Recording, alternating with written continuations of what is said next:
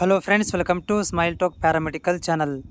Friends, KEAದಿಂದ KCET 7ನೇ ಸುತ್ತಿನ ಕೌನ್ಸ್ಲಿಂಗ್ ಪ್ರಕ್ರಿಯೆಯನ್ನು ಮೊನ್ನೆ 13ನೇ ತಾರೀಕಿಗೆ ಮಧ್ಯಾಹ್ನ 2 ಗಂಟೆಗೆ ಕ್ಲೋಸನ್ನು ಮಾಡಿದರು.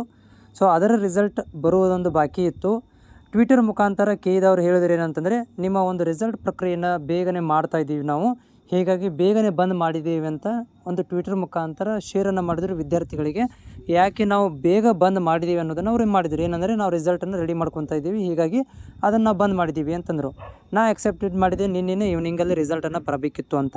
ಯಾಕಂದರೆ ಅವರು ಬೇಗ ಬಂದ್ ಮಾಡಿದ್ರು ಅಂದಮೇಲೆ ರಾತ್ರಿ ತನಕ ಕೊಡ್ಬೋದು ಅಂತ ಎಕ್ಸೆಪ್ಟ್ ಮಾಡಿದ್ದೀವಿ. ಬಟ್ ಇವತ್ತು ಗೌರ್ಮೆಂಟ್ ಹಾಲಿಡೇ ಇದೆ, ನಾಳೆ ಕೂಡ ಗೌರ್ಮೆಂಟ್ ಹಾಲಿಡೇ ಇದೆ, ನಾಡಿದ್ದು ಕೂಡ ಗೌರ್ಮೆಂಟ್ ಹಾಲಿಡೇ ಇದೆ, ಸೋಮವಾರ ತನಕನೂ ಕೂಡ ಗೌರ್ಮೆಂಟ್ ಹಾಲಿಡೇ ಇರೋದರಿಂದ ಸೊ ಎಲ್ಲರೂ ಕೂಡ ಏನಂತಂದರೆ ಆಫೀಸಿಗೆ ಬಂದಿರುತ್ತೆ.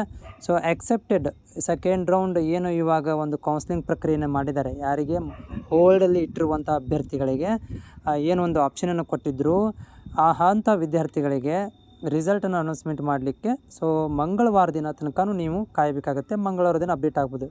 ಇಲ್ಲಪ್ಪ ಏನೋ ಒಂದು ಸಂಡೇ ದಿನ ಒಂದು ವರ್ಕ್ ಮಾಡಿಬಿಡೋಣ ಅಂತಂದರೆ ನಾಳೆಗೆ ಕೂಡ ಬರ್ಬೋದು. ಇಲ್ಲಪ್ಪ ಅಂತಂದರೆ ನಾಳೆಗಂತೂ ಸಾಧ್ಯವಿಲ್ಲ, ಯಾಕಂತಂದ್ರೆ ನಾಳೆಗೆ ಭಾಳಷ್ಟು ಪ್ರೋಗ್ರಾಮ್ಗಳು ಇರೋದರಿಂದ ನಾನು ಅಕ್ಸೆಪ್ಟೆಡ್ ಮಾಡಿದ್ದೀನಿ. ಸೋಮವಾರ ಅಥವಾ ಮಂಗಳವಾರ ದಿನ ನಿಮಗೆ 2ನೇ ಸುತ್ತಿನ ಕೌನ್ಸ್ಲಿಂಗ್ ರಿಸಲ್ಟ್ಸ್ ಅನೌನ್ಸ್ಮೆಂಟ್ ಆಗುತ್ತೆ.